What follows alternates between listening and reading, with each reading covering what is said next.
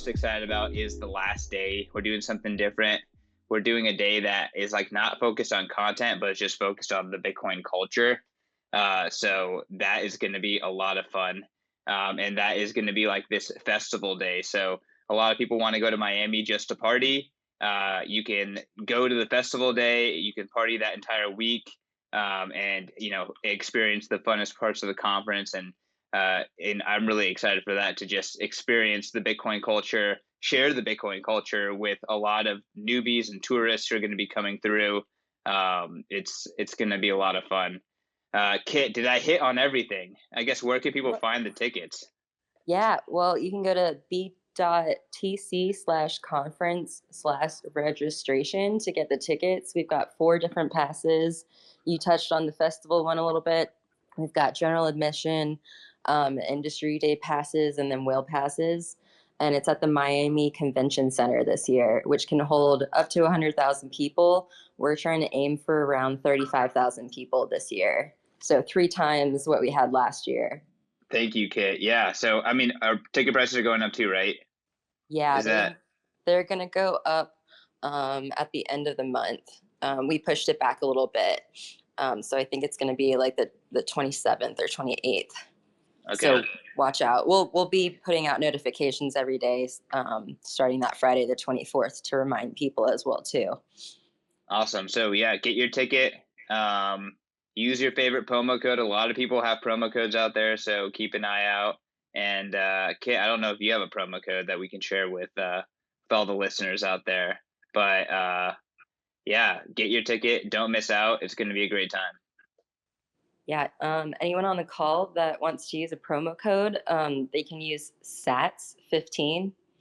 So go ahead and order your ticket with that for today. Awesome. Save yourself 15%. Yeah. Yes. Awesome. All right. That's enough showing. P, how are we doing on the recording? I'm assuming good. Go live. All right. Thank you. Appreciate you. All right. Justin, welcome to the space, man. This space is to talk about your book. It's to have a conversation about like Bitcoin and how it fits into helping people, some of the most disadvantaged people have a second chance, have a third chance, get back up on their feet, have a first chance. I'm excited to talk about the book, talk about your story, talk about Bitcoin in general, but want to hand it back over to you. Why don't you kind of start by introducing yourself? All right, man. No problem. Appreciate you, CK. First off, let me shout out Kit, because Kit has been like my lifeline to the space. My Instagram account got shut down. We're trying to get it back. I don't know, but yeah, Kit was she was a great correspondent for real for Bitcoin magazine. So let me shout out Kit first. You're welcome. No problem. Yeah. She's the only person that was on IG just trying to, help me get them back. So I appreciate that. But yeah, what's going on, everyone? I appreciate everybody being here. I'm Justin Rhedrick, go by the Bitcoin Vegan. And, I'm very grateful for Bitcoin Magazine for putting this space together. I'm a loss for words right now. So again, it's a great appreciation for being here. And yeah, man, let's go. I'm ready to get into it, man. I don't know what else you want me to share, but I'm ready to get into it, man. I'm very grateful to have this stage. Cool. Well, I'm gonna find and pin a podcast that we did together where we jump into your story. But I guess why don't you kind of give people like the 10-minute summary or the 5-minute summary of like, why you're writing a book about jail and what's your connection to that and Bitcoin. Okay. Well, here we go. So I guess we can call this the introduction to Bitcoin or the Bitcoin story. So in a nutshell, man, the story of how I just even got into Bitcoin, what made Bitcoin so easy for me to say yes to. It came from a long, lot of years of just turmoil. Starting around like 2006, me and my mother, we lost our home due to foreclosure. And that led us to live in a lot of different places. I wasn't able to play basketball like I expected, and I witnessed a good friend of mine get murdered at a party. And I just started noticing my life was like going kind of wild. I still graduated high school. I had gone to college, North Carolina A&T, but I was very low on finances, and I didn't feel like I had a home for real.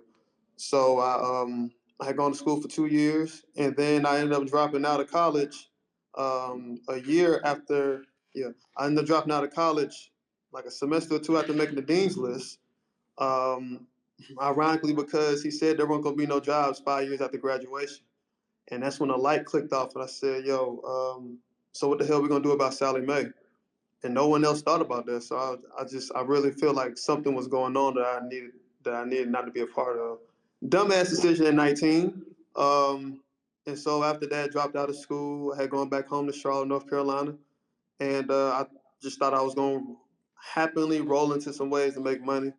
And what ended up happening is I ended up running with the wrong crowd of people that led me to go to 3 years, then go to prison for 3 years from the age of 21 to 24. Um, so it was in prison where I learned I knew how to learn. I knew I wasn't just the dumbest person on the block. I just didn't have nothing to focus on. And it was in prison where I would tell guys, I'm like, man, I'm not gonna do nothing that everyone else does when they go home, whether that's drive trucks or be a barber. There's no disrespect, but I wanted something greater. I wanted to make a bigger impact. So so I would tell people like, no matter what I do, I'm gonna be majorly successful. And I would look at everybody else's stories, like folks they might not like Floyd Mayweather, but he really used his hands to get to where he is, out of a 1 bedroom apartment with like 7 brothers and sisters, cousins and all that. So I knew all you had to do was be ready to put in the work to get there. And so when I came home, I was doing a lot of odd jobs, working crazy places, retail merchandising, making like $400 every 2 weeks, sometimes even less than that. And I was like, yo, something has to fucking give. So I knew I was about to lose my job. So I started cooking vegan food out the house. I had this thing called Vegan on the Go. I would cook vegan food out the house, deliver it anywhere in Charlotte, because I knew I had to be an entrepreneur. The jobs that were given out were trash. I couldn't be working um, like at McDonald's at the age of 25, 24. I mean, I could have, but it's not really feasible. It wasn't really feasible in my eyes to do it. I've learned the value of time. So I said, where's the best place I could put my time? And this is something I could create. So then, lo and behold, a few years go by, and well, not a few years, I'm doing the vegan thing, and I run into my homeboy, man. Y'all know him as Bitcoin Zay. Um, we were in Charlotte, and I've been knowing Zay since I was 11 years old. And he just said, "Hey, Justin, who the hell is this?" He said, "It's me, Isaiah." I said, "All right, what's up, man?" We were talking and reintroducing ourselves what we were doing now. And he said, "Yeah, follow me on Instagram at Bitcoin Zay." Like, what the hell is that? I'm like, all right, cool. So I do that. I still don't know what it is, but I remember one day I'm holding my little girl, and I'm trying to figure out, like, how the hell are people getting billions of dollars? Like, cause I was in a position I knew that my life had to severely change. The financial struggles were still there from back in the day, and it opened my eyes to see that I need to be a part of something great. And I would say to myself, I said, as long as I can be a part of something that I can get there early enough that it could change my life, I'm gonna run with it. It didn't matter what it was, I was gonna run with it because I just wanted an opportunity. So I remember one day I'm on Instagram and I see Zay's page and he has this graph up and it's a Bitcoin. And I just look at the graph. I'm like, I know graphs pretty well. Why the hell does this thing keep going up like this? And I saw a sharp dip, and I saw the dip. I was like, cool. So it's some type of real thing here because nothing can just go up. Nothing can just go up. So I said, all right. So I hit him up. I said, bro, what the hell is Bitcoin? And he had gone into detail about it. He said, this is something you can change your life with. It goes up. It's a storage of value like gold. You can spend it like money, and no one controls it. It's decentralized. And I said, what you mean by decentralized? He said, well, the governments or banks can't get their hands on it. And I immediately, that immediately registered with me because in prison, you have to use, if you don't have money to get from your family, then you have to use stamps. And the stamps on the yard was the currency we use. So, like in the regular world, stamps were 44 cents. But on the yard, we had it at 30 to 35 cents. So we were able to keep our own economy that way. And plus, you'll have your own quote unquote currency without, having to worry about, I don't have any money coming from the house. So when he was explaining decentralization to me, I already had figured in my mind that this could work because I had already lived in that type of environment where people just set the price, they agreed on the price, and it just kept going from there. Um, so I said, all right, cool, I can do this. So I went home and I didn't have a job. I'm living in my mom's basement. And what the hell do I do? I said, yeah, I'm just gonna study this like I was in prison. I'm gonna study Bitcoin day by day like I was in prison. I would ask my friends about it who, were doing pretty well. I guess they graduated from college or whatnot, had nice paying jobs. I asked them about Bitcoin. They were like, oh nah, bro, it's nothing good, it's not ready yet, it's this, that, and third. And this is when I started noticing separation of people and just difference of people. But then on YouTube at that time, you had Richard Branson talking about it. You had Trace Mayer talking about it. You had even, sad to say, Mark Cuban was bigging up Bitcoin back then.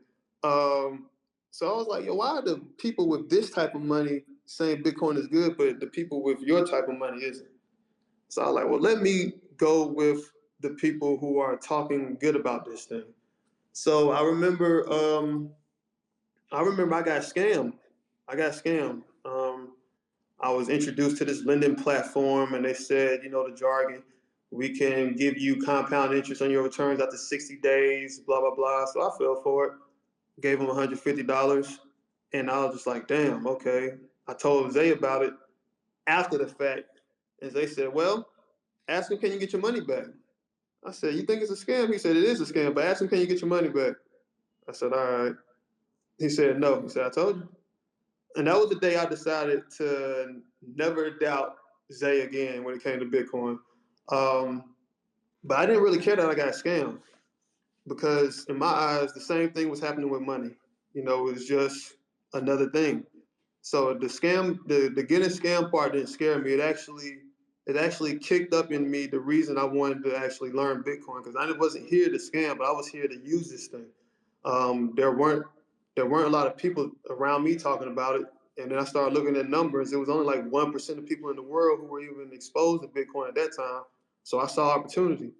And when I sat down and thought about it, and I was asking, I was like, why does this feel like I'm early? He said, because you are. You are 7 years old.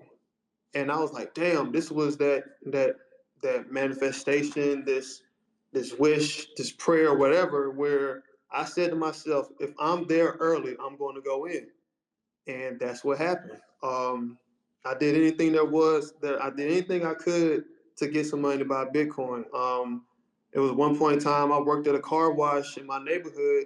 I was gonna try to get tips because I used to work at car wash and I was like 19, 18. And that was one of my only jobs. And so I was just like, all right, let's see if I can get some tips. I can probably buy some Bitcoin. I was out there at that car wash for 8 hours almost and only walked away with $12. I was like, never again. So I was still cooking food. I did anything to get Bitcoin. I had a friend who had a lawn company. I said, man, hey, you mind if I do some work? He said, yeah, bro, I got you. He would pay me what he could. It would be $10 an hour. We might do 5 hours of work. I might take $10, $20 to try to buy Bitcoin with, because in my mind, I had already experienced rock bottom, and $1 in the bank by the numbers had proved it was going to be better in Bitcoin than it would be in the bank. And growing up, you hear a lot of times about how your grandparents did a lot to put you or your parents through college, and in the Black community that meant like doing back-breaking work, or your grandmother scrubbing floors, saving up pennies to put folks through college. So I had that mentality. I'm like, well, shit, if that worked with that, I can definitely do that with Bitcoin, and we could just see what happens. There was really no fear around it because I had already experienced the lowest points of life, and that's when I started also like, all right, I wanted to try to teach people. I did everything. I remember one time I would tell people, hell, I set up a wallet for you for $20. They would pay me. I used to tell people, hey, I'll go get the Bitcoin for you. I would put a fee on it. I'll go get it before they stopped making that illegal. It didn't really matter. But the greatest part I learned was just being able to study and learn Bitcoin as I wanted to. Because like Zay and I would talk about, years from now, people will need this information, and you'll be the one to have it out of a crazy situation, you know. So it was a lot of dedication there. I learned a lot along the way. I lost a lot. Shit, I lost some on the boat in Miami. Um, and so within that point, it was the only thing going on. I didn't want to spend 5 years in some industry, whether it was real estate, whether it was finance. I'm like, yo, if I'm gonna do 5 years there and still be in the middle with every other mediocre person, why the hell would I waste my time doing that? I was 24, 25 coming out of prison. I needed something that was going, if I'm going to dedicate 5 years to, it needs to be something that's great. And Bitcoin was the answer. And that first year, 2016, when Bitcoin was around $600, I was buying that shit every time I got paid. Sometimes I bought too much. You know, sometimes I bought too much. Um, I didn't know what I was doing. I was learning about finances. I was learning about investment. I had to learn all of this on the fly in Bitcoin, just by noticing and comparing Bitcoin to everything else. Nothing could stand against it. I looked at Bitcoin like Floyd Mayweather. Nothing was beating Bitcoin. Not the fork wars, not net neutrality, not none of that crazy goofy stuff that was going on in 2017. Nothing defeated it. And I knew I made a great decision. So it was just on me to lean more into that decision. And then Bitcoin Vegan, the name came about because I was like, hell, I did a search on social media, no one had it. So I was like, well, let's go ahead and rock with this then and see what we create. And those were like the earliest years. Like when Big Head going to $20,000, that was the most money I ever had in my life. When Bitcoin crashed, I was like, what the hell? But I was like, all right, so now it's time to get to work. What are you gonna do? You know, you gotta create something. You gotta create something that's gonna bring you some money to at least be able to buy Bitcoin at the price when it starts going up later on, because it was good, you know, to play. And you can still, and I would tell people, you can still do it now if you don't have no other option. But it was good to play with, you know, $10, $20 here, get you a few million Satoshis. But those days, I knew those days were going to be gone. So I had to think about how am I going to put in work to build something that I can afford to buy Bitcoin day after day after day.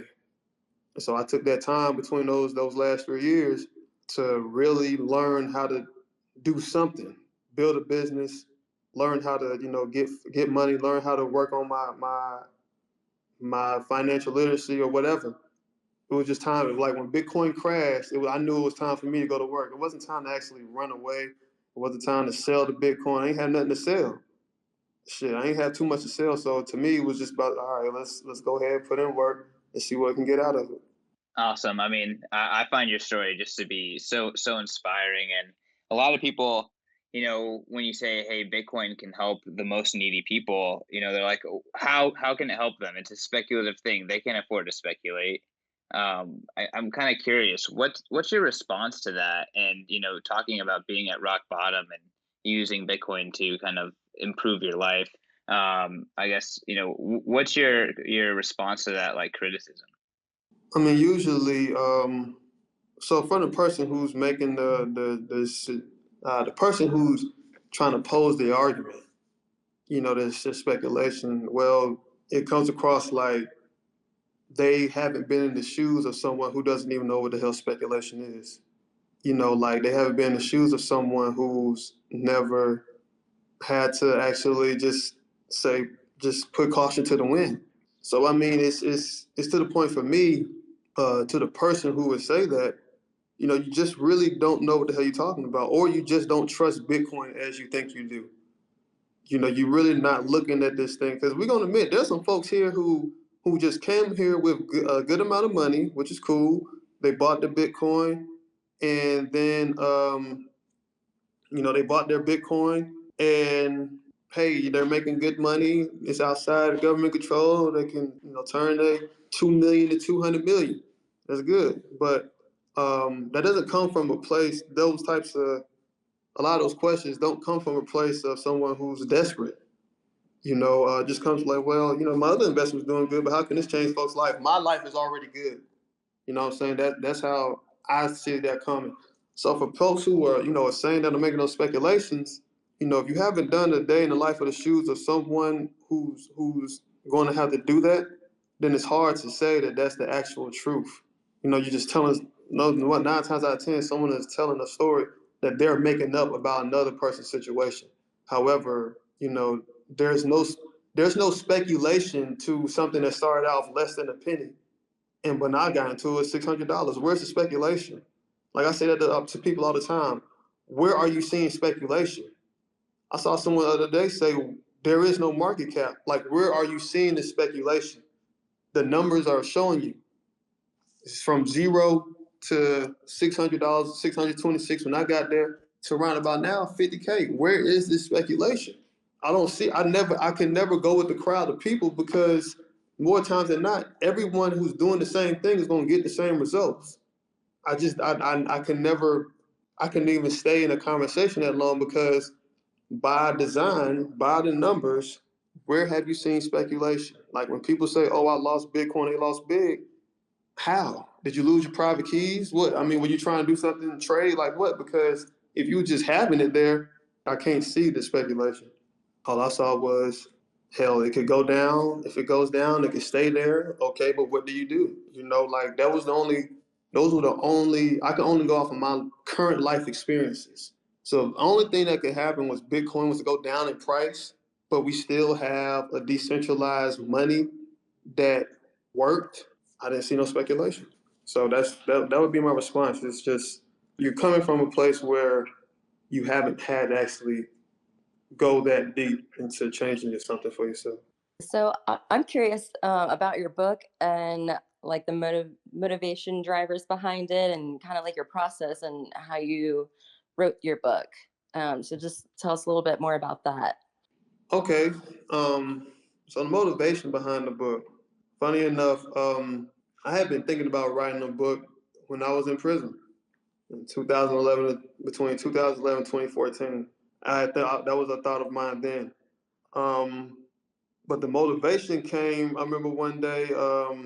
I remember the first time Zay was on Fox News, and I called him. I said, "Man, congrats, whatever." He didn't even say thank you for the congratulations. He just said, "So when you gonna write yours?" I was like, "All right." So then Nice. I had this business coach, who would, she wrote a book, and she was like, "Hey, so when you gonna write your book?" I'm like, "Well, goddamn, all right." I said, I'll start next week," and that was just that. It was people who were, it was a lot of people though telling me, "Man, hell, you should write a book. People would love the story." And then in my own mind, I'm thinking like, you're doing a lot of stuff here, and a lot of people might not have hope of where they are to see how they can get somewhere. So, it's also a way to put a book out there to let people know it don't matter where the hell you start, you just got to start and not stop. Um, so the motivation came from that, but deeper than that, it was the fact that people who saw something. They were pushing me to do it because I might have sat on this for a while. Now, the process of writing the book, I remember in the very first part, I would wake up at like 4:30, 5 a.m., try to put down, an hour to 2 hours on paper. And then I switched up the process. I just started voice recording it, transcribed it, edited it myself, and then the book started flying. And then I was just speaking from memory and then editing it as it was going. But the motivation was really, people like Zay, my business coach, and then just the fact of like, I really wanted to find a way to help people. I wanted folks to know like, yo, it truly does not matter if long as you stick the shit out. It really does not matter. But people won't be able to hear that, from an hour conversation or seeing you talk for 20 minutes. They'll just think they'll just say, "Oh shit, well, that's good for you because you did it." But that won't work for me. I can't do all that. Well, you gotta stop saying what the fuck you can't do. You know what I mean? So I would hear people talk like this all the time, and they would have like certain positions in business or in corporate America. I'm like, yo, how are y'all making all these excuses when you have the opportunity to change it? So that was the motivation behind the book, kid. I love that. Love your story. Um, Is there anything that you left out of your book that you wanted to have in it, but you just couldn't fit it? You know, to be honest, right about now, after I wrote that book, I really don't remember much of what's in there. Like, it's kind of like when they asked Lil Wayne, you know, does he remember certain performances of songs? Like, man, damn, I said that. Like, it's I ended off on purpose in like March 2020. I ended it there on purpose. But there's not much I left out. I can't think of anything that I left out, to be completely honest.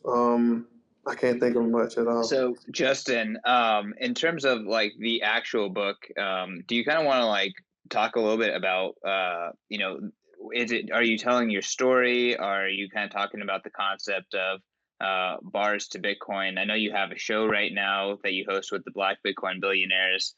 Would love to kind of just hear about a little bit more about what happened, after Bitcoin like really became a big part of your life.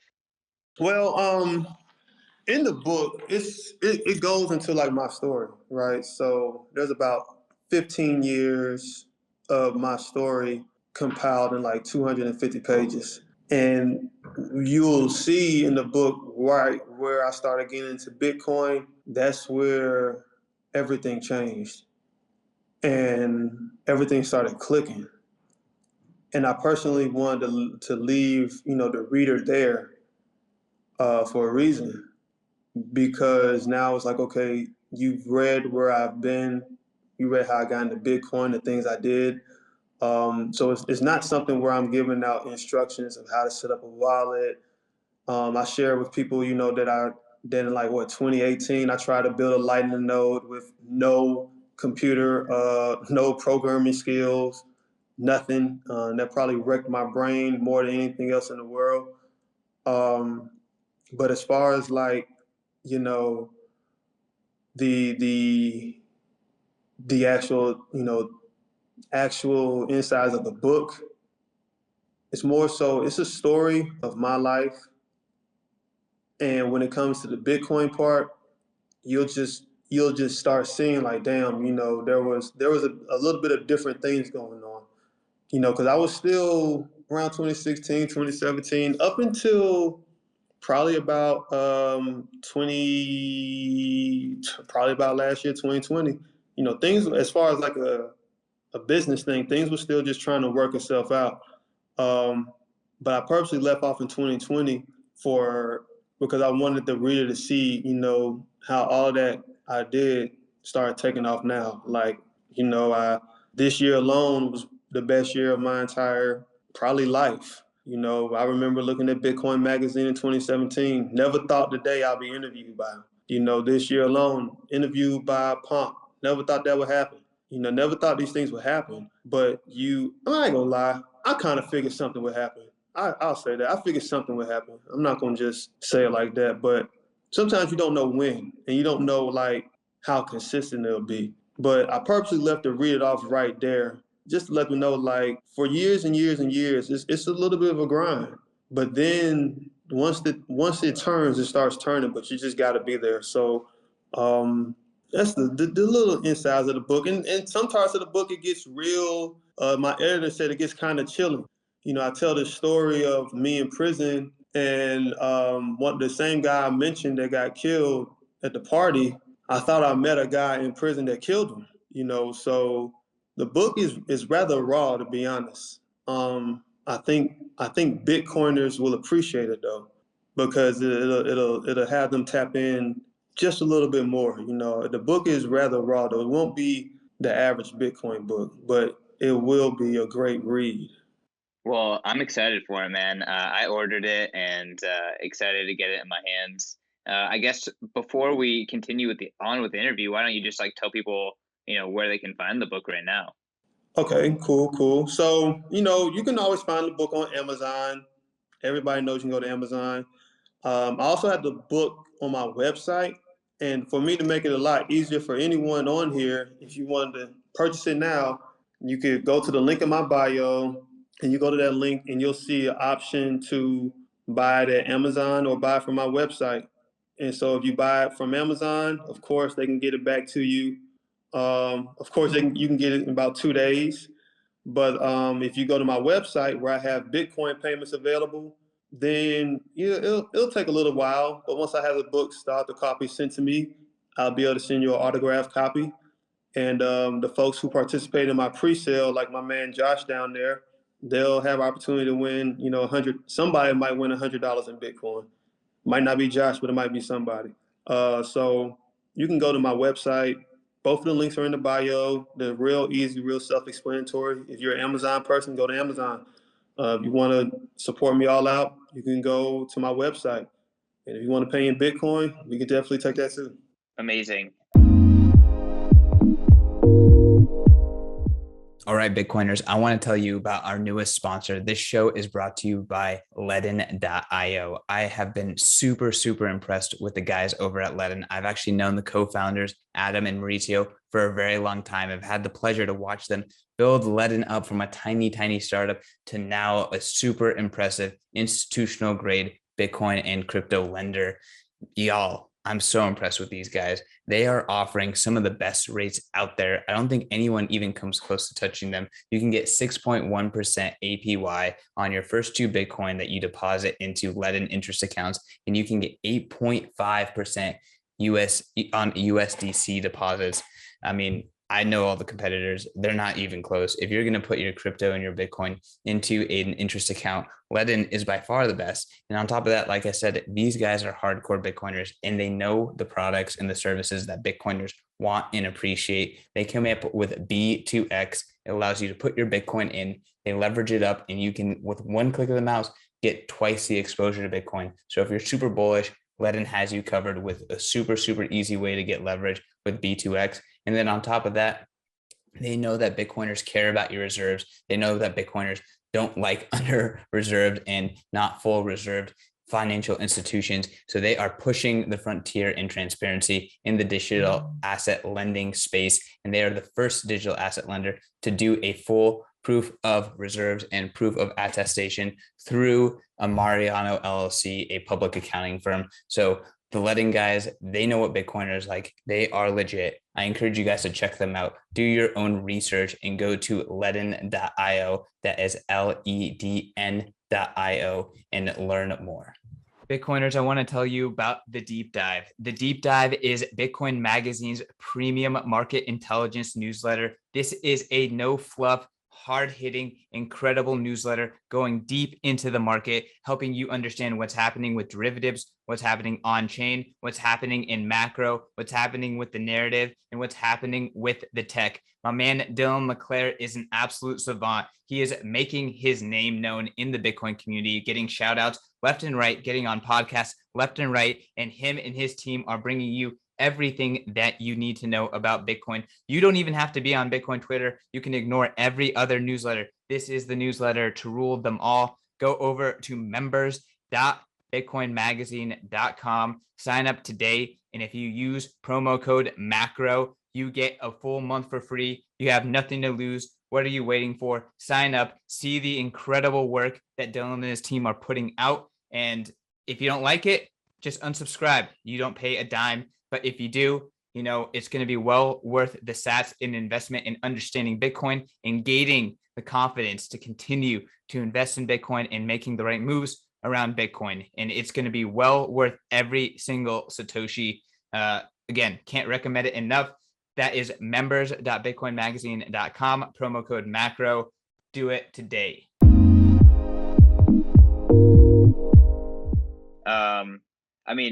I guess, Kit, I don't know if you have a question, but I definitely want to hear about the clubhouse and kind of like the work that you're doing today. And then maybe Kit, you can take over. Some of the things we do in Clubhouse from bars to Bitcoin rooms specifically. I remember I was down there in Miami at the Bitcoin conference, and we had gotten an Airbnb. Some of the Black Bitcoin billionaires. It was me, Naja Roberts, Lamar. And I was just thinking, like, man, we're doing all this stuff in Black Bitcoin billionaires. And, I was always thinking for years, like, how do I bring this to guys or to women, people, anyone coming home from prison? How would I bring it to them? Because I'm not saying I'm the only one here, but it kind of feels that way sometimes. So how do you bring that information to them? And I'm like, well, you already have a platform where folks can come and just use Black Bitcoin billionaires. But what led me to actually to do it was because sometimes you get tired of talking to people who come up with excuses why they can't do nothing. And I was like, man, I want to, if I'm gonna share free information with people, I want to share it to people who gonna actually do something. I knew guys from coming home from prison would do any damn thing. Most people do anything to go back. But I knew guys from prison would you could listen to them. They'll listen to you, and they'll do it. I remember there's one guy in the group, his name is Todd. He's been locked up 30 years since the age of 18. And he said out of his own mouth, he said, man, you were giving guys a way to eat. You showing guys how to do something that they never thought even was real to come home to. And that's kind of the thing I wanted to bring is like, what did I have to come home to? I had to come home to these bullshit ass programs, like, and I would look at them like, what the fuck do you expect me to do here? Like, I'm gonna go home and go work some other crazy ass job, or they're gonna try to break my damn back.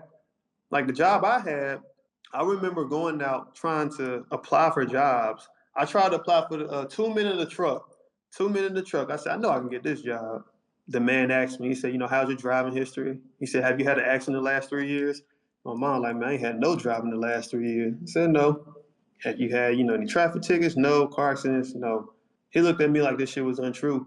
He said, you been locked up? I said, yep. He said, man, I can't hire you. Why the hell not? This is moving. Like, what are we talking about here? Can't hire you. He said that he didn't even look at me. And I experienced that over and over and over to the point I was like, man, I am not about to keep going, hearing the word no. If I'm gonna go through this much hell, I might as well create my own shit and just go through that hell. At least it'll be something I can control, something that I can add value to. I don't have to go out and ask someone else for it. So, but I didn't continuously want that to be for the people. Like I had this friend of mine, I actually found out he was in prison while I was in prison. And he was there with me when our friend got killed. So I wrote him a letter from the prison to where he was. And, I remember when I came home, I said, yo, you need some help. I don't have much, but I want to try to help. And, within that, the spark was like, in Black Bitcoin Billionaires, like, damn, we got over 125,000 people. I know y'all, either you or someone have been in prison. How can I help? How can I add value? And then like I know, like I said, guys in prison, I've seen people in prison make some of the most tremendous shit. I seen a guy pop popcorn with no microwave.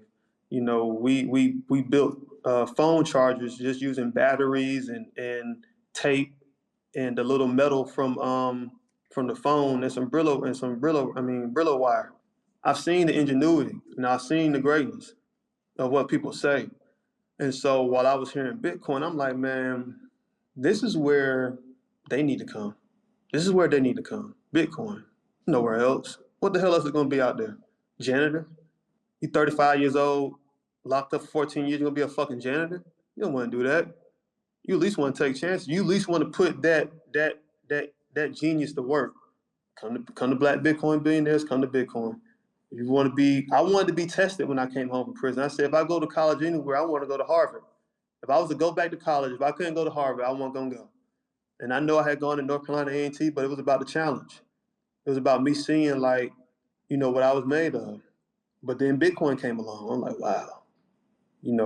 So I know the prison mind. I know someone's mindset who's really wanting to stay out. And I know that hell, the biggest thing would be no overseer. Ain't nobody in the way of your money.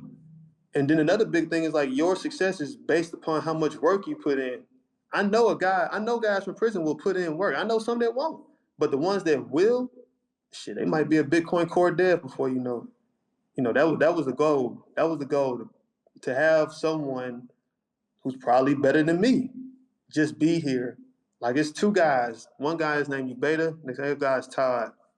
And if you see Kate Booker down there, she's the woman who has a cohort called 21 Blue Freedom, and we also work together with her nonprofit called BTC Impact, where the goal is to request to come up, K Booker. Okay, and the goal, yeah, bring her up, and the goal there is to just have people, your reentry, just be in the Bitcoin fuck it. Like, yo, there's no need to do that over there. Don't try to, I'm not trying to say don't, but there's no need to go to real estate. There's no need to go to none of that other stuff. Just come into Bitcoin. Just come here. And so then within that, what's going on, Miss Kimberly? And so then, within that, right, it's like you can be brilliant here, and you can learn while earning money. It doesn't matter to guys from prison. It won't matter that that Michael Saylor is buying billions, spending billions on Bitcoin. That shit won't matter to guys from prison, because guys in prison, you were taught not to count somebody else's pockets. That was the biggest baffling thing to me, was just like, oh my God, I can't do this because this, it costs this much, or this billionaire is buying this or that. Like, bro, it don't fucking matter. Like, people would say, well, they have a lot of Bitcoin. Their Bitcoin does not matter. The amount of Bitcoin you have, anybody on the stage has, does not matter to me. It won't matter, because I don't benefit from anything that's in your wallet. And that does not mean that I can't still buy Bitcoin. It just means if I wanted a certain amount of Bitcoin, I had to put in a lot more work, a lot more ingenuity, and build something that is entirely dope. That's all that meant to me. It did not matter what anybody else had at all. The only thing that mattered what I can do for me and how I can help others. And so in Black Bitcoin Billionaires, as of right now, it's a few other guys, but hell, we started out with just 2 people. And even if it's only 2, that's cool, because that's how I've noticed this adoption happens here. If everybody knew the value of Bitcoin, Bitcoin already be $1 million. If Bitcoin was so easy to grasp, we wouldn't even have this platform here. So it starts out slow. It always starts slow. It's like the start of an avalanche, but then it starts picking up speed. Matter of fact, it's just like Bitcoin. And I know once I kind of embodied how Bitcoin reacted, the honey badger, the never giving up, like, I was like, yo, shit, that's just me in general. I'm Bitcoin. Like, that's me right there. The price would do what it do, but that's me, and during those times you would hear all these people who had a great business, they sold their business, just went. If a guy can sell his business and just sell it all again to Bitcoin, like, well, shit, what's it for me as someone who's broke as hell at home? I just dedicate your whole life here. What do you have to offer? Your whole life. You have to offer your time. The reason I didn't go get certain jobs, because I didn't want to spend 8 hours a day of my day building someone else's stuff when I could at least be at home learning something about Bitcoin. I knew the value of having control over your time. And that's what a lot of guys from prison know. And they will end up surpassing people in this space. I said, yo, I want y'all to read Mastering Bitcoin Edition 1, 2, and 3. I don't give a damn if it's too thick. I don't give a damn if it takes you forever. Then what you want to do next? Then I want you to do what you know how to do. Put the pieces of the dots together, and the people, we already have a community of folks who will help you. Go from there. So that's what we do in Black Bitcoin Billionaires. That was the purpose of the room. And if you want widespread adoption, then you can't just talk to hedge fund managers all day. Yeah, I mean, I completely agree, and I love what you're doing. Miss Kimberly, I would love to hear what kind of your story and what you're working on, and how you two are working together. Outstanding. First, can you guys hear me okay? Yes, we can.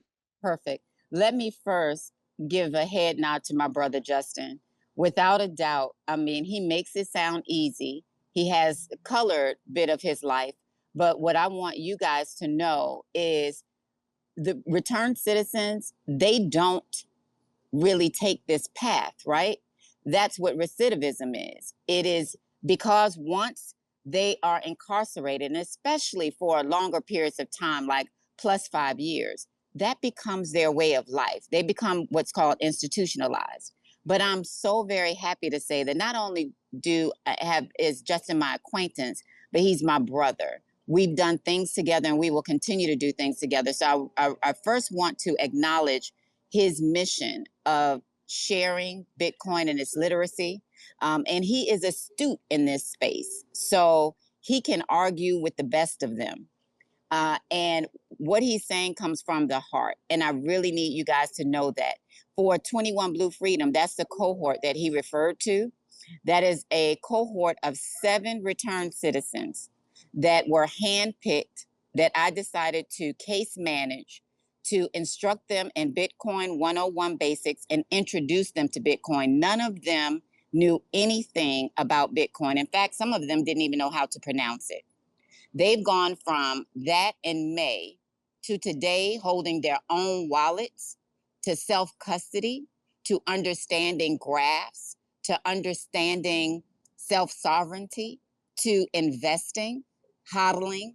They understand the vocabulary, the theory and philosophy. They've read the white paper. They've read Zay's Bitcoin in Black America.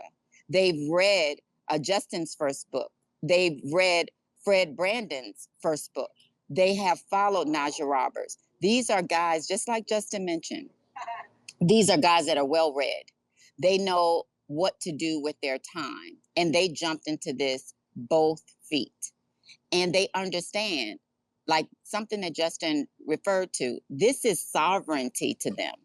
The idea that they could actually hold wealth and the government cannot take it from them, nor can the government at this point in period of time tell them how much they can hold and what they can do with it at this point in period of time. These guys are embracing this as their shot at generational wealth, that they don't have to go to their corner banks and have someone look down their nose and their bifocals at them and say that they can't get this loan today. These guys have decided to embrace Bitcoin, to embrace this ecosystem, and to learn. And every Wednesday, we have a 2-hour Zoom call. And I got to tell you, average time served between those 7 guys is 22 years. 22 years. Todd, that he mentioned, served 30. I have another individual that served just a little above 30. One that served 17. Another that served 3 different terms that equal up to 15. Can you believe that today these men have decided that this is how they're going to live their lives? So they've had to be encouraged. I've had people like T-Mac, Lamar Wilson T-Mac actually gave them their first Satoshis. Lamar Wilson donated to 21 Blue Freedom cohort and gave them more, giving them something that they can manage. And when they first saw it, then they started just dollar cost averaging for themselves. They understand. They know how to buy the dip. They know how to read the graphs. Justin came in and donated his course, his Bitcoin 101 course. These guys took that. At any time they're on Clubhouse, you might see them moderating. These guys went from not knowing anything about Bitcoin to moderating in one of the largest Bitcoin clubs on Clubhouse. Moderating. That's how dedicated they are to this. So November 1st, I let them go, and I have written everything down, and we've done the case management and sort of document their successes and their challenges. But without a doubt, to me, we cannot look at mass adoption without looking at the least of us, without considering our returned citizens. And even at Bars to Bitcoin on Mondays at 8 p.m. on Clubhouse, we've had gentlemen who are currently incarcerated listening and asking questions because they're permitted to do so. So I cannot tell you all, if you have returned citizens in your circle, Black, white, Puerto Rican, polka dot, do not exclude them from this conversation. You'll be surprised at what they already know about circular economies, as Justin talked about. BTC Impact, my nonprofit that's co-founded with Valton Eason, and some of you all might know Marshall Long, the OG guru. BTC Impact is boots on the grounds, knocking on doors, going to churches, going to community centers, meeting with elected officials. We met with the mayor of Miami's office, chief of staff, Nick Pasquale, to lay out what our plans are, to lay out what we want to see done in the Black and brown communities across the country. It's important to us that we not be removed from these conversations. Not that we have a seat at the table, but that we build our own table. We build this table together. So that's what BTC Impact is all about. And we're not going to exclude them from the mining conversation as well. As I speak to you guys right now, I'm in Fort Worth learning about Bitcoin mining. I got my first S9. I was told that it's not a space for me. And I refuse to believe that. So I believe that we need to teach our youth about all things Bitcoin from beginning to end. And that's what BTC Impact is about. It's about partnering with community leaders. It's about not leaving single moms out of the conversation, not leaving those alone that know what generational poverty is. So for us, that's the mission, that's the goal, and that's what we're going to do. And thank you. I honor you, Bitcoin Magazine, because my guys, they read you. They read your article. It's like you're their New York Post. They read it. And I just so appreciate what you guys are doing here, and nodding to Justin. And thank you all for what you continue to do. Thank you a lot. No, I mean, that means a tremendous amount. And I appreciate you sharing all that work and doing all that work. I'm kind of curious to everyone on stage, like, I think I asked Justin this question, but like, what about Bitcoin do like the naysayers kind of get wrong when they think about its potential beyond like, moon boy, marketing, really? Like, why are they failing to kind of see how deep this thing runs and the potential it kind of offers a lot of the people that are used to being said no to? Really, that's kind of like the thread that dominates this conversation. So, y'all got Bitcoin. What's up, Chris? Sir. What's going on, everybody? Shout out to Bitcoin Magazine. Shout out to you, Justin. Congratulations on your book. Yes. I've been a little quiet lately, handling business and doing what I need to do to fiat mine to buy more Bitcoin, right? But I see you on your journey, and definitely can't wait to get that book. I'll send you some Bitcoin. I definitely need to order that. I didn't know there was a pre-order, so you already know I already shared the book and all that good stuff. So let me know where I can send this Bitcoin so I can get that book off. Oh, don't worry. But Got you. appreciate it. All right, cool. But I think Americans, I always say this when I was back in Clubhouse back in the day. I always say the reason why Americans don't, at least in my opinion, Americans and Europeans, we don't really understand the struggles of the third world countries and people that are really less fortunate. Like, even in America, we're blessed beyond measures. Like, we have no idea how blessed we are. And Bitcoin is that freedom, and it's like that shiny golden ticket that the underdog has, such as Justin was saying. So in my opinion, I think it's just because we're so blessed, and we're so, like, we don't realize how good we got it here in America, and that we're blessed enough to look at Bitcoin as an investment versus a way out and an exit strategy and a way to change our lives and to store value and to have money for our children's children and to have generational wealth. So I think it's just the way we look at things and how we've been grown up, how we've been conditioned.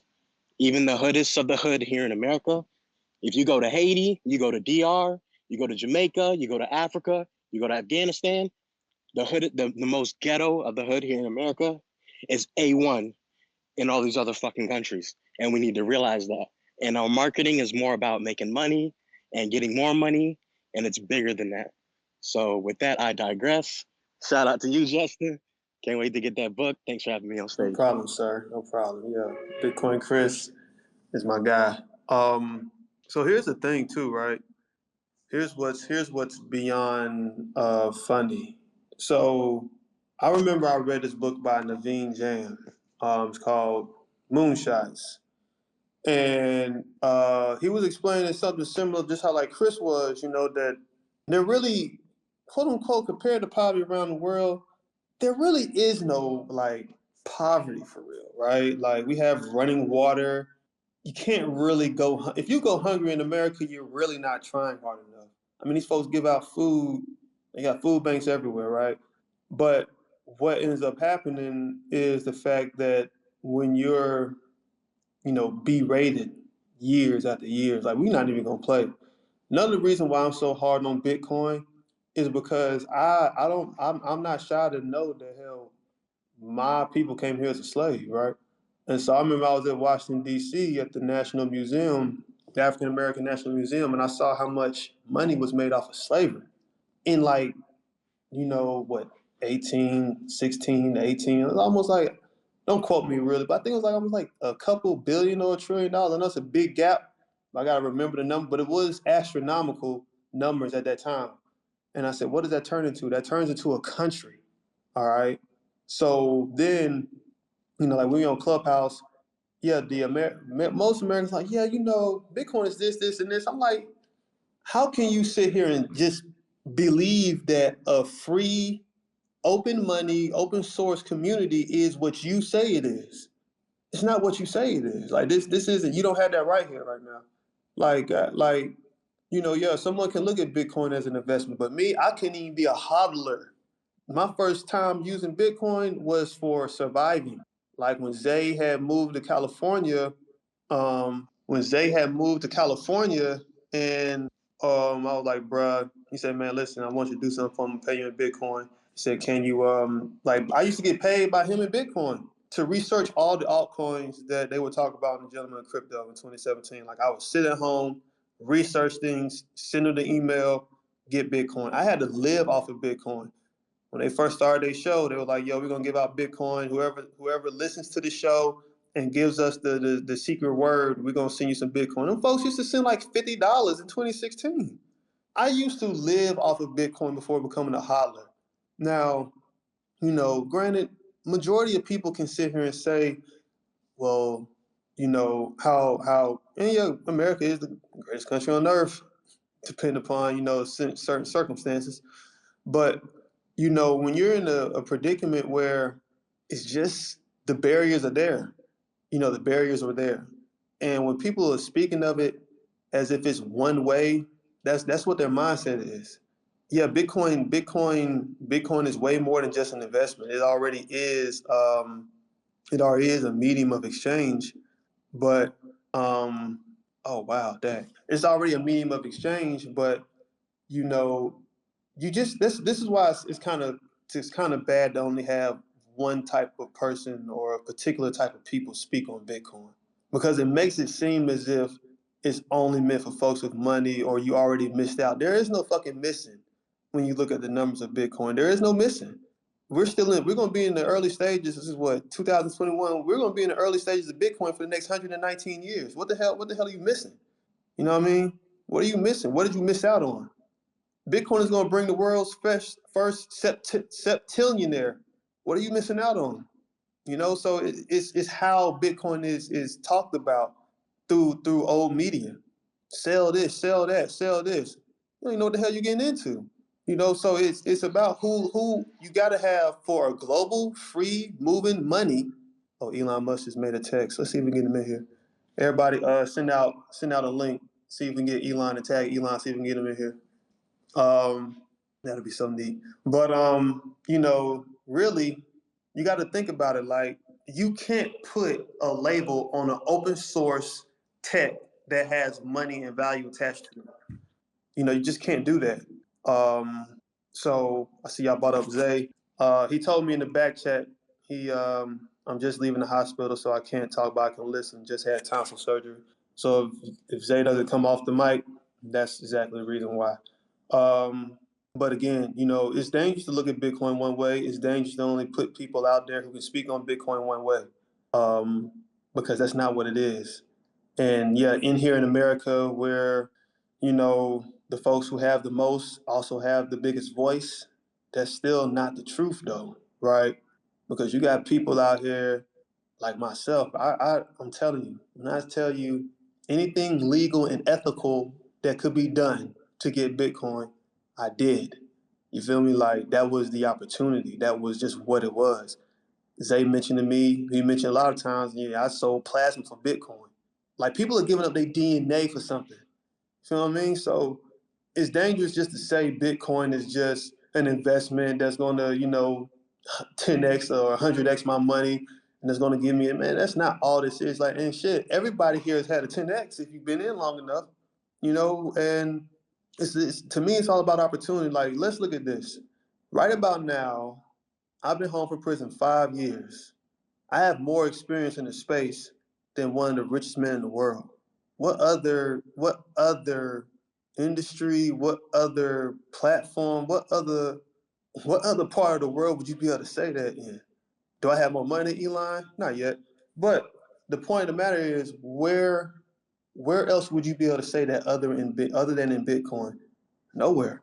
So it's really not just about who's gonna have the biggest investment, you know, who can spit the farthest, none of that goofy shit. This is about to people like to the folks that we teach. Like me and Zay have gone into a strip club in Atlanta teaching about Bitcoin. Might be the best decentralized exchange out there. Free flowing movement cash, have somebody have a QR code, buy Bitcoin. You know what I'm saying? But this is what this is. You know, me and Zay have also taught children at camps.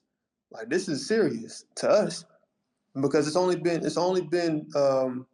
you be either being locked out, like financially with redlining, you being killed. Like a lot of times, folks who talk, you've never had to be black in America to understand that. So, you know, not to suck the air out the room, but it's just dangerous to sit here and say Bitcoin is one thing when it's already been created as an open source tech in the open source community. I'd love to hear more about your course. I've heard a little bit about it, but if you could go into detail, did you make your course first, write your book first, kind of what your course is about and where people can find it as well too? So my course, I actually created the course first. It was real funny because it wasn't until 2020 that I created a course. I was in Bitcoin for 4 years. I didn't create a course until year four-ish. And that happened, really, the course happened because a woman reached out to me who has a real estate investment group. And she said, hey, would you teach my group about Bitcoin? I'm like, yeah, sure. So even there, me and Zay collabed on the course. It was like, what you think I should do first? He said, well, show them this part, show them this part. And then I was like, yeah, so I'm just going to teach them what they don't normally learn. Like, yeah, pretty much. And so, you know, show them hardcore basics, like real Bitcoiner stuff, like how to check a blockchain, how to check your transaction on the blockchain, how to notice the difference between this type of FUD and what's real, how to buy Bitcoin, where to buy Bitcoin.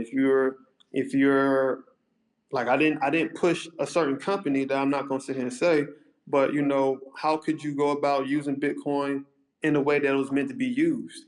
And I'll always drive home the fact that decentralization is the king here. It does not matter.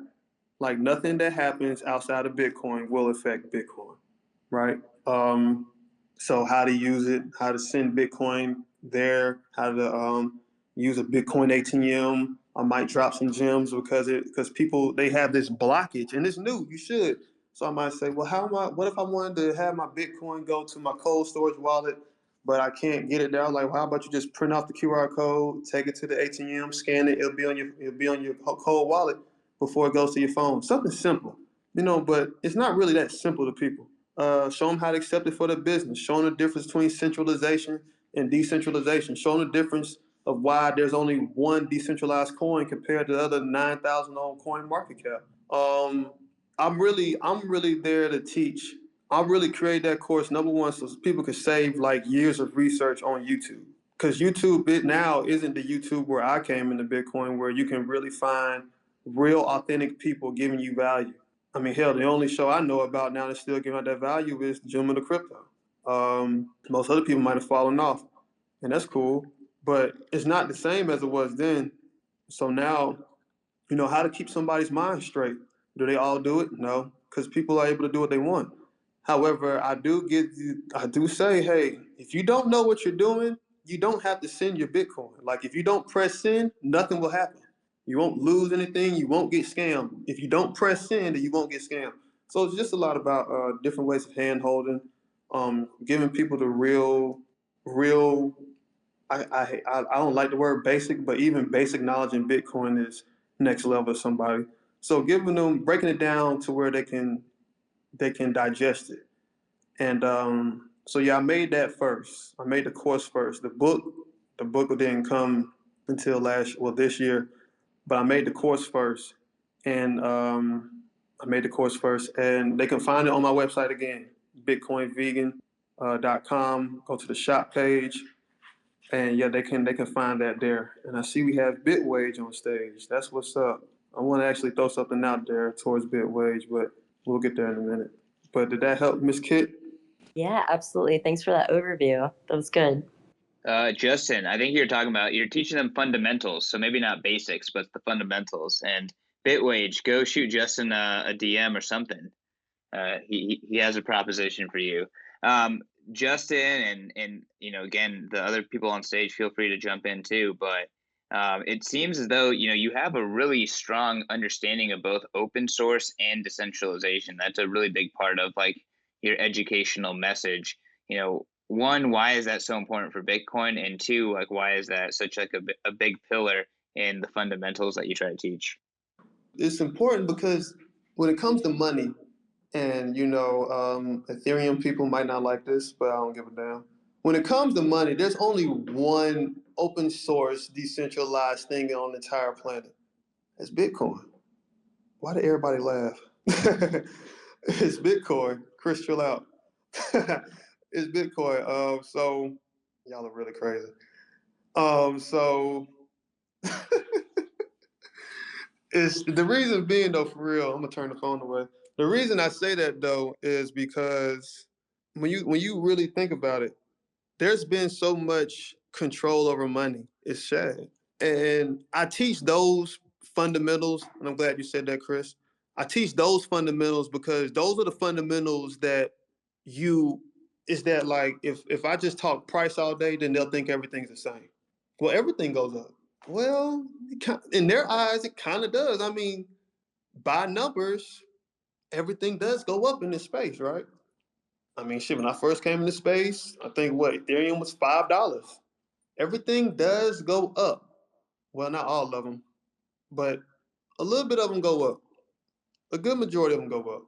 So if I was to just talk money and talk appreciation and talk price, everybody would think everything's the same. But when I go in from the angle of open source and decentralization, well, everything isn't the same now. You know what I mean? Everything isn't the same.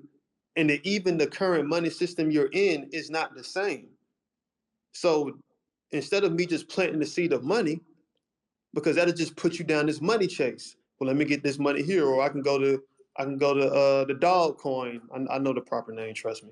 Or I can go buy a chia pet, or I can go do this, or I can go do that.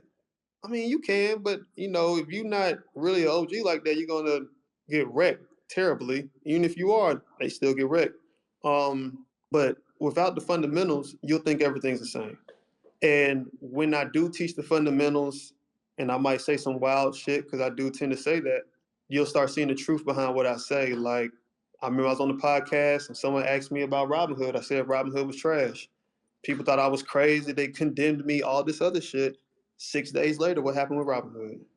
Right? So when you start giving people, what decentralization is, what open source is, they've never lived a life with they never lived that life when it came to money. So once you show them that, then that's the real, but that's a slower approach. But once you show them that and you never deviate, like I never deviate from what I say. You still think the bank is trash? Yes. Do you still think? Yes, yes, yes. Well, I don't see it yet. Well, just keep on living. You'll see it.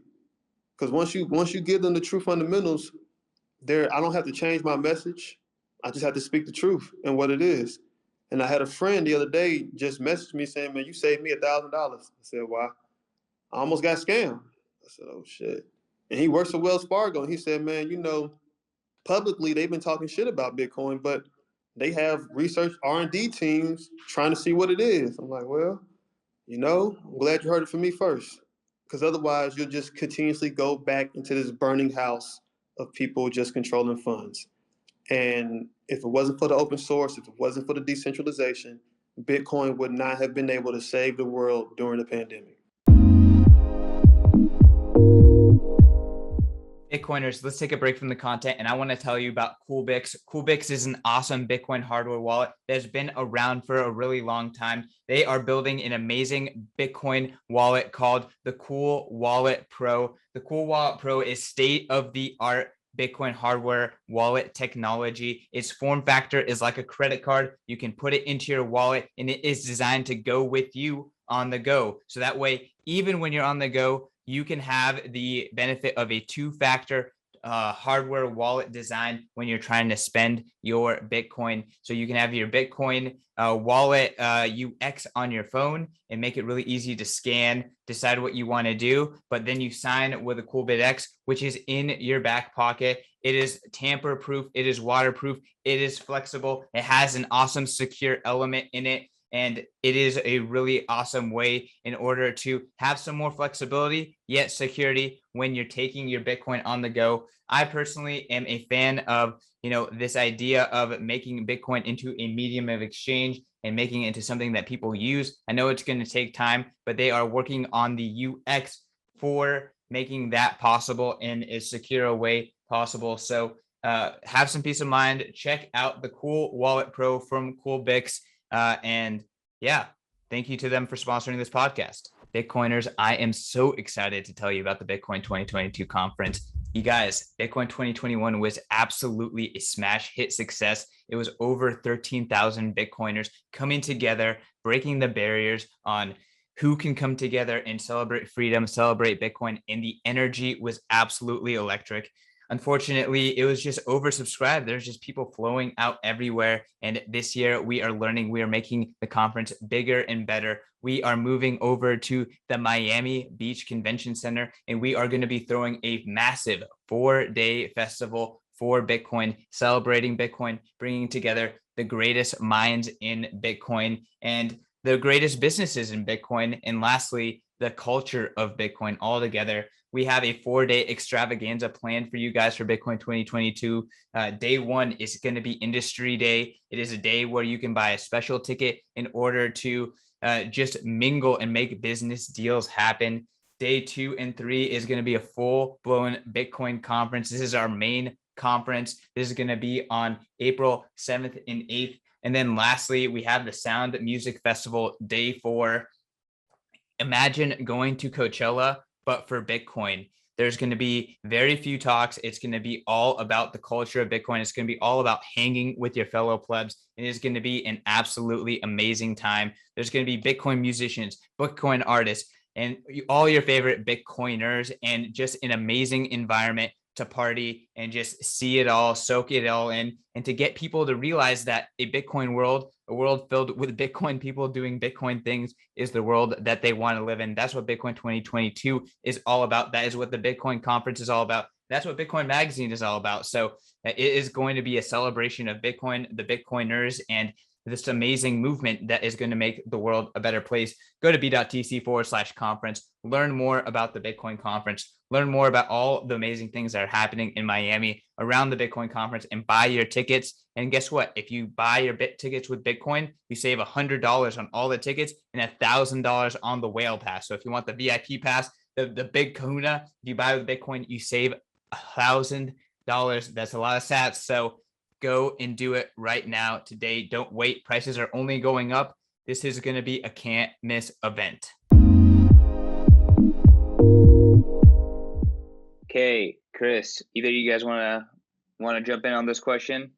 Yeah, you said you were talking about why decentralization is different from centralization. So, like for me, I teach financial literacy, for an example. So a lot of people go and try to get credit cards and they get denied. They try to get lines of credit, they get denied. With Bitcoin, for an example, I mean, I know there's services out there, not going to name any, where you can collateralize your Bitcoin, but that would be a personal decision. I don't recommend you do that, but that is an option if you're trying to make investments, like Justin was saying earlier, if you just go back to 2017, I actually tweeted this the other day. I looked on my Coinbase app and I was like, let me go check out the earliest purchase that I bought of Bitcoin. Let me just scroll down these transactions.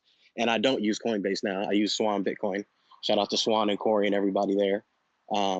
But anyways, I scrolled down on my Coinbase and I was like, all right, let me check and see my last Bitcoin purchase. And it was back in 2017. I bought like $50 worth. And guess what? It 10x'd, guys, in just 3 short years. The thing is with these dollars, not everybody knows about the Cantillon effect and about being close to the money printer and about being people aren't financially literate, so they don't even know what they have to do to get money from the banks, So with it being controlled by the big banks. They're going to continue to print money, which is going to continue to devalue the money, which is really making the poor even more poor, because nobody really owns assets like that except for the rich, you know, and they understand the tax rules and they understand the laws. And we're like consumers. And like I said earlier, we're just so used to we're accustomed to a consumption lifestyle. It's like, we don't understand the kind of trap that you're in until you go down and you take the orange pill. Max and Stacy talks about this all the time. And it's just crazy that we don't even a lot of people don't even understand the monetary system and the policy that we have. So being controlled and not being controlled. Like Justin was saying, if you're in prison, if you made a mistake, I know lots of people have made a mistake before, right? So if they made a mistake, they went to jail and they did what they had to do, they come out, they can't get a job, they can't go back to normal. And that's controlled by the system and the monetary policy and laws that are outdated. Like, that's backwards. Bitcoin, it liberates them for anybody, not just those people, but the most underserved and the most taken advantage of people that need it the most, unfortunately, don't understand it. So that's what we do. We always try to share that message. And unfortunately, a lot of people only care about the number going up. So that's the way to get their attention. But then when you have their attention, you got to break it down. Just put it in ways that I think they'll understand. Hey, before someone else goes, because Chris said something very, very powerful, right? And I'm gonna follow up with this. The what's the word? Not side effects. The detriment of not knowing the having education on financial literacy, right? The detriment of not doing that. What would that have you doing? Well, it'll have you going to prison. You'll do anything for money, right? You'll go to prison. You'll might sell drugs, break someone. I don't know. You do anything, because really, when you don't have money, when you don't have the basics met, you are going to go insane. It is crazy to think that you can sell drugs in an environment and in a country where they said it's illegal, and they lock up person after person after person after person that you see. They get locked up, and you go right in line with them. It's because all y'all are fucking insane. However, it deals with the detriment of financial literacy is this. People go to prison for money. Most people I've met in prison, right, went to prison to get money. It's not because, they're a bad person. Because hell, I mean, shit, we can say that about everybody on this on this call. We can say that about the people who sit in government positions. So it's not that they're a bad person, not that they were born evil. It's the fact that you don't have money and you're trying to do something to get it, right? But here's the detriment. You go to prison, and it don't matter if you go for a year, 3 years, you go to prison to try to get some money that is worth less than when you get out. That's the detriment of not having financial literacy. Like I said before, there's a brother named Todd, did 30 years. When he went to prison, the dollar was worth 90 some cents. When he came out, the dollar was worth 85 cents. You went to prison for money that lost its value while you were sitting in there. That's fucking insane. That's the detriment of not having financial literacy. You will go do anything for a money that don't hold its value. So when you really start looking at it, it's like, damn, that's the detriment of finance. You kill people over some shit that don't hold its value. You don't know nothing about money, but you want to put your whole life on the line for some shit that has no value, that doesn't hold its value. It's a dangerous game. People are rotting inside of a prison for money that does not hold the value that it had when they first went in. I think, too, we cannot negate to mention and underscore everything that Justin said. Add to that the unbanked. Add to that those without proper documentation to even get a bank account. You see countless check cashing places that exploit the unbanked in every neighborhood.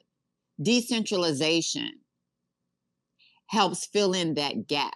And when Justin is speaking about financial literacy, we address a population that's either A, never had that conversation in their households, or B, generationally have suffered through poverty from great grandma to current mom. So to break those practices and break those traditions, to even educate them with financial literacy, why not add the conversation of Bitcoin? Why not show them how this can fill in the gap of not only financial literacy, but saving and saving for the future? And what does that look like? I find that to be the most challenging thing when I'm speaking to anyone, despite their color or socioeconomic background. The idea of holding on to this asset and not cashing it out. But that comes from our fiat system that says if it's worth X amount of dollars, cash it out.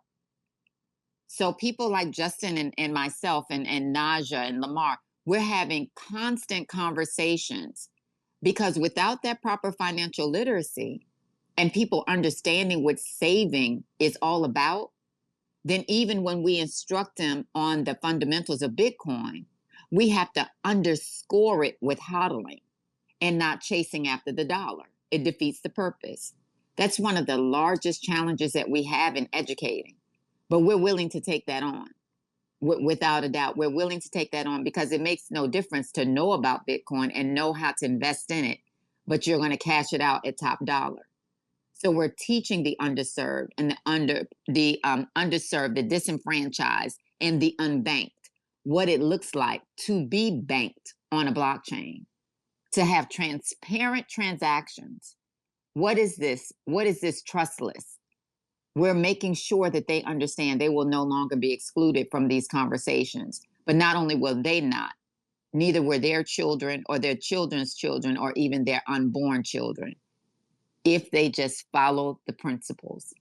Y'all on fire in here, man. This room is fucking lit. I know, man. It's an incredible conversation. Thank you guys so much for bringing it. And I'm just kind of curious too, like, when it comes to education, like what should Bitcoiners be focused on to kind of spread the message in the most palatable way possible? You mean like the entire Bitcoin community? I mean, if you could put a sign up to like the people who are preaching about Bitcoin right now and get them to rechannel a new energy or an energy that might be a little bit more useful for communicating Bitcoin, how would you do that? And I know that's a tough question. No, it's maybe really you, not Justin, you start. Yeah, okay, you go for it, Justin. I'm gonna tell you this. Also, I also want to say that Justin, let me know who you want to come up if there's anyone in the stage, in the crowd that wants to come up. I'm trying not to just let just anyone on stage. Okay, so I do see some people. If y'all want to come up, just hit me up in the back chat, and I got you. Okay, so yeah, so really, what I would say to that though is this: bring up my man Josh and bring up Nature, and bring up P down there too. I've seen him on Clubhouse a while, and P's Bitcoin Magazine. Yeah, I know he's really lit. Bring up, I think Claire raised her hand and Eastside Tony. But what I'm about to say, so like here, so I went to a Clubhouse room with some OG Bitcoiners, I guess if that's what y'all want to call them, some older Bitcoiners, and I was just listening. The whole approach of getting upset or trying to condemn someone. And I told him, I was like, bro, you know why another reason, because I just got fed up. Like you're not really looking at this as you would business. Because what do you do in business and in marketing, right? You tailor your message towards the audience. You got to speak with the other person in mind, right? And so I told people, I said, bro, y'all don't have no fucking people skills. You don't have no people skills. You don't know how to have a conversation. You don't have rapport. You're not really thinking about the person on the other side of the fucking conversation. And it's like, I understand that as a Bitcoiner, you've caught hell for years. I get that, man. I went vegan 6 months before Bitcoin. And so what you think I was going through? People were talking shit about me being vegan. Oh, you're not going to have enough protein. People talking shit about Bitcoin. You don't know enough. You're going to fail. All this other shit. So I get the fact that you upset or, you come with some different energy. I get that shit. But if you want mass adoption, then you got to understand how to speak to people. It does not really matter, you know, and it's about patience. You know what I mean? Like sharing, telling somebody, you know, and I get it. Like, trust me, I understand to have fun, staying poor shit. However, like in Clubhouse, you know, you have folks who really don't know much, and they're asking questions, and I've had to stop myself, be like, well, what in the hell are you talking about? But it's to the where like you have to have rapport. And I had to learn these things because, you know, when I was an entrepreneur, how do you get sales? How do you get people to talk to you? How do you do this? How do you do that? So I would read books on how to hold these conversations and have rapport with somebody or try to really get to where they are. But it's the skill of communication. If folks want Bitcoin to grow, then you got to have a better skill of communication. Like I had a room, I invited this guy. His name was Derek Gott. He was a hostage negotiator.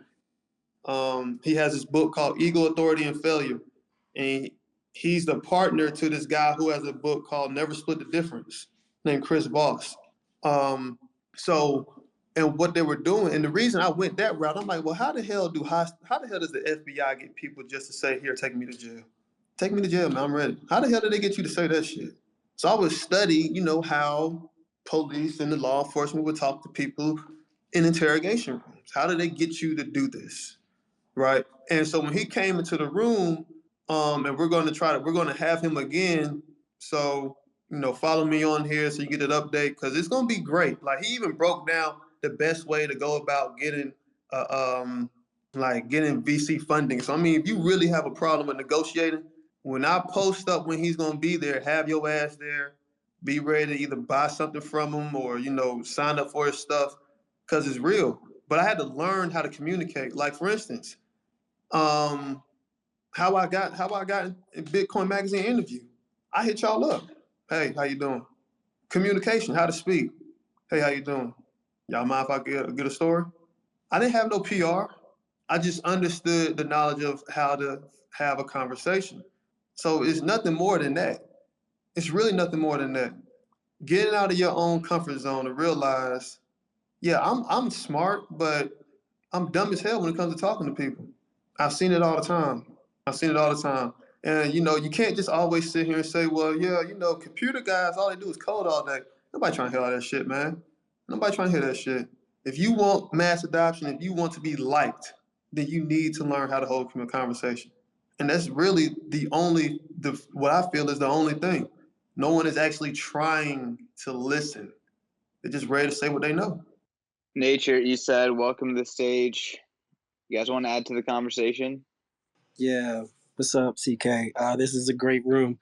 I think Bitcoin Vegan is spot on in terms of the communication, because if we want Bitcoin to be a global reserve currency, it has to take a global perspective, right? And that's taking all of our angles of seeing in our culture and our way of thinking, and we have to embody that, and we have to embrace that, and we have to welcome that. So my focus really is creating platforms for groups that have been most economically disenfranchised historically, right? And showing how Bitcoin has solved their issues, how they were able to circumvent different monetary policies that have suppressed them over time. I think Alex Gladstein has been doing a great job with first with the CFA franc in Togo and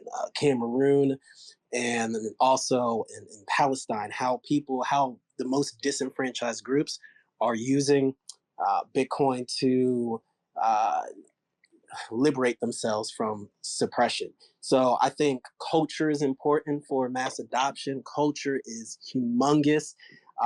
We bring culture. I know with vegan, I know Josh, there's a lot of BBB people in here.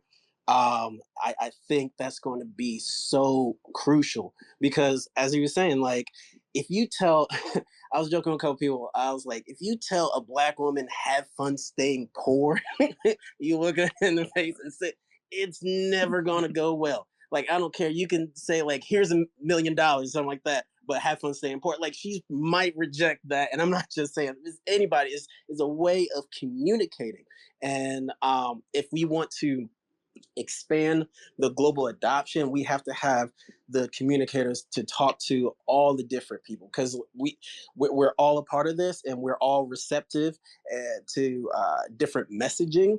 And we understand that the origins might be cyberpunk, like techie, and then it graduated to maybe like the hedge fund Wall Street ideal. But you have to understand that's a very, very small minority of the population, the global population. If the aim is a global reserve currency, is the aim is to get citizens from Nigeria, El Salvador, Bolivia, Sri Lanka to adopt this, their perspective has to be not only given a platform, but highlighted. So anything that I can do in that way to, to lift those voices. I think the hashtag Bitcoin is for everyone. I think that's what it's called.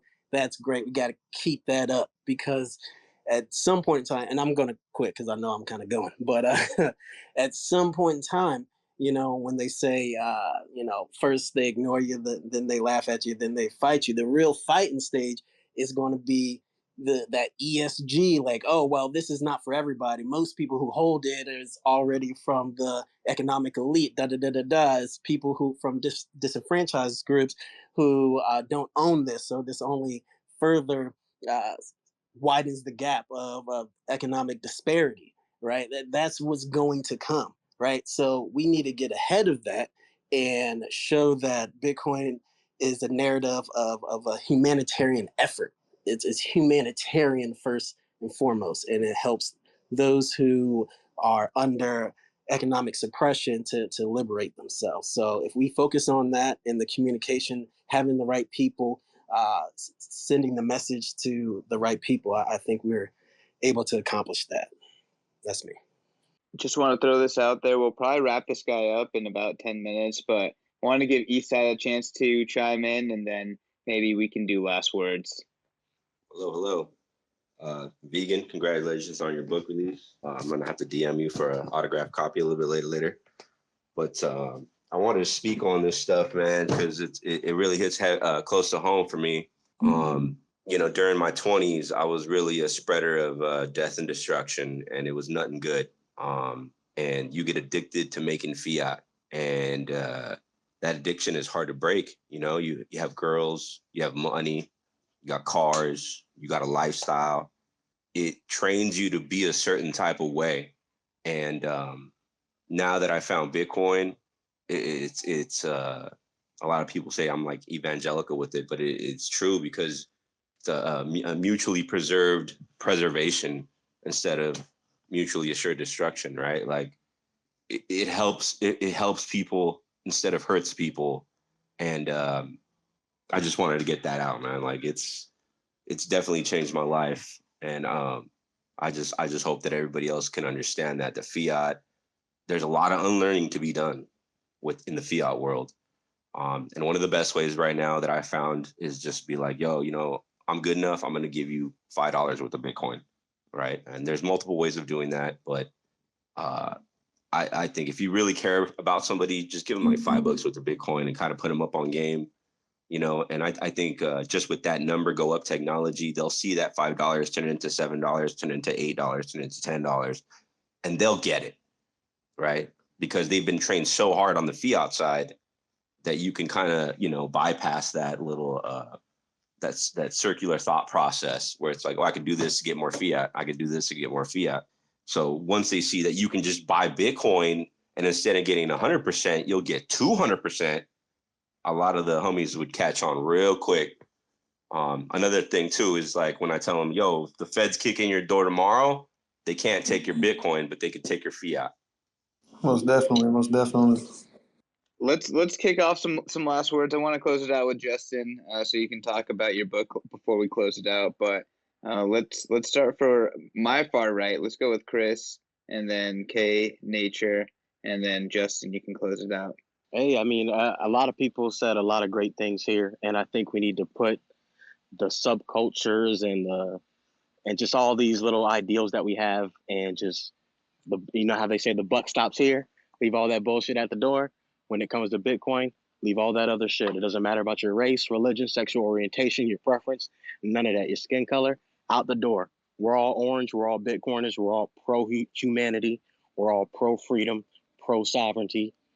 And once again, shout out to you, Justin, on making a book, sparking some ideas over here. Congratulations.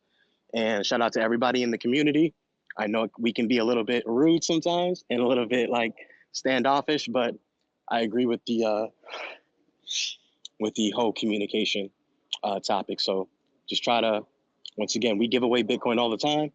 I agree 100% with Tony, with Bitcoin Zay, Justin. We give Bitcoin away all the time on Clubhouse. So I think that's the best way if you really do care about somebody. Everybody take care. Have a great Thursday, and see you soon. All right. Miss K. Thank you all for hosting this space. Nod to my brother Justin. Again, you know, you asked if there was one thing that all the Bitcoiners could do. I could say start from teaching people how to hodl. Start teaching from the hodling aspect, and then work backwards from there. Thank you all for making this space an equal space, equal for all people. That's what Bitcoin is all about. Understand that this will be the first freedom that some populations ever had a shot at. So without a doubt, let's not waste this opportunity. Let's get into the streets. Let's get into our circles and make sure no one's left behind. Support BTC Impact. We're doing great things across the country, and prayerfully, we'll be coming to a city near you. Thank you so much. Thank you. Thank you. And I'm definitely going to look a lot more into BTC Impact, and I am excited to support. So excited to meet you on this space, and very grateful for all the conversations. Nature, go for it, my man. Thank you. I didn't know we could plug, so I'll plug real quick for BBB. We have a newsletter coming out. It will actually come out tomorrow on our website, blackbitcoinbillionaire.com. So we will have a different collection of all of our moderators, and they'll speak on the topics and expertise that they have. And then also September 24th and 25th is the Black Blockchain Summit. We have Lamar Wilson, Isaiah Jackson. We got like the whole crew. It's going to be great. So if you're in DC, definitely swing through. And I think they're doing a streaming as well. Just to wrap up, I think I said basically what the point I wanted to get across. But you guys, this economic, financial literacy. You guys are on top of it. I think all the educators here, and you're part of the solution. So I just want to say thank you and keep going. Awesome. Well, again, thank you so much, Justin. Oh, okay. I thought Kit was going. Kit, you're not going? Yeah, thanks for coming on, Justin. We loved hearing about your book and loved everything that you said today. This was a great conversation, learned a lot, and I can't wait to get a copy of your book. Everyone on a call, make sure you go and check it out. Go get it off his website or on Amazon.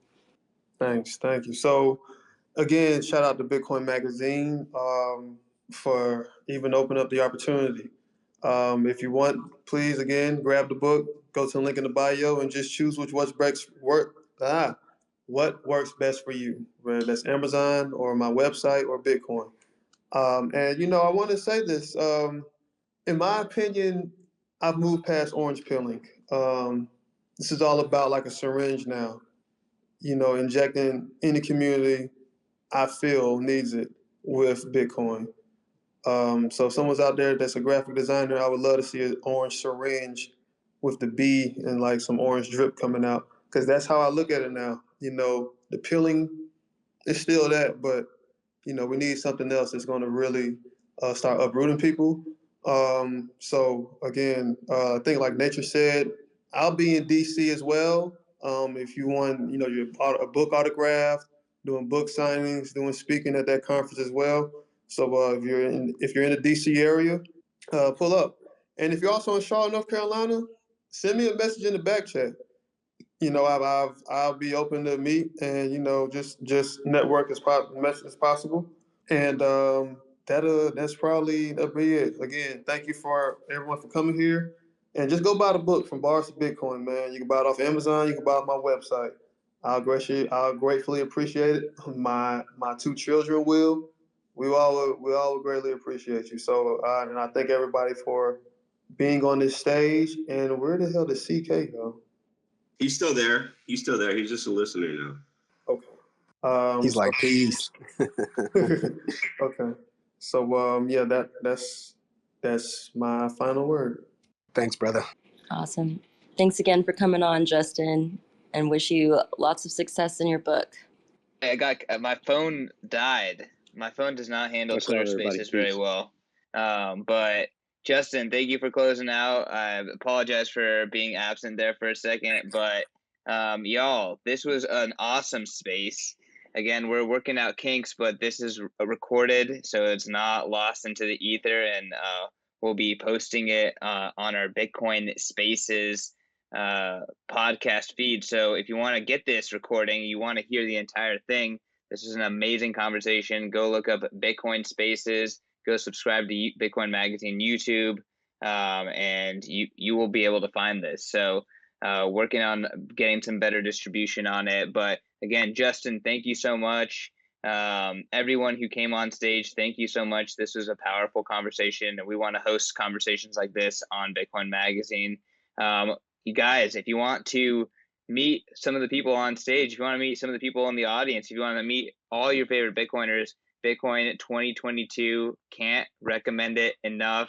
I believe promo code SATS is the promo code. Kit, correct me if I'm wrong. SATS 15. SATS 15. So promo code SATS 15 gets 15% off. Tickets are going up in price. So don't wait. And it's going to be August 6th through 9th, 4 days of Bitcoin amazingness in Miami, Florida. So yeah, get hyped. Justin will be there. Is it August or April, CK? Oh my God, did I say August? April 6th through 9th. April 6th through 9th. Guys, it's been a long day for me. I apologize. My brain is all fried. But April 6th through 9th, 2020 in Miami, Florida. It's not going to be as hot as August in April. April is going to be some great temperature in Miami. It's going to be a great time. All right, let's close this one out. Thanks again, everyone. Follow Justin at Bitcoin_vegan. Follow Bitcoin Magazine. More conversations like this to come.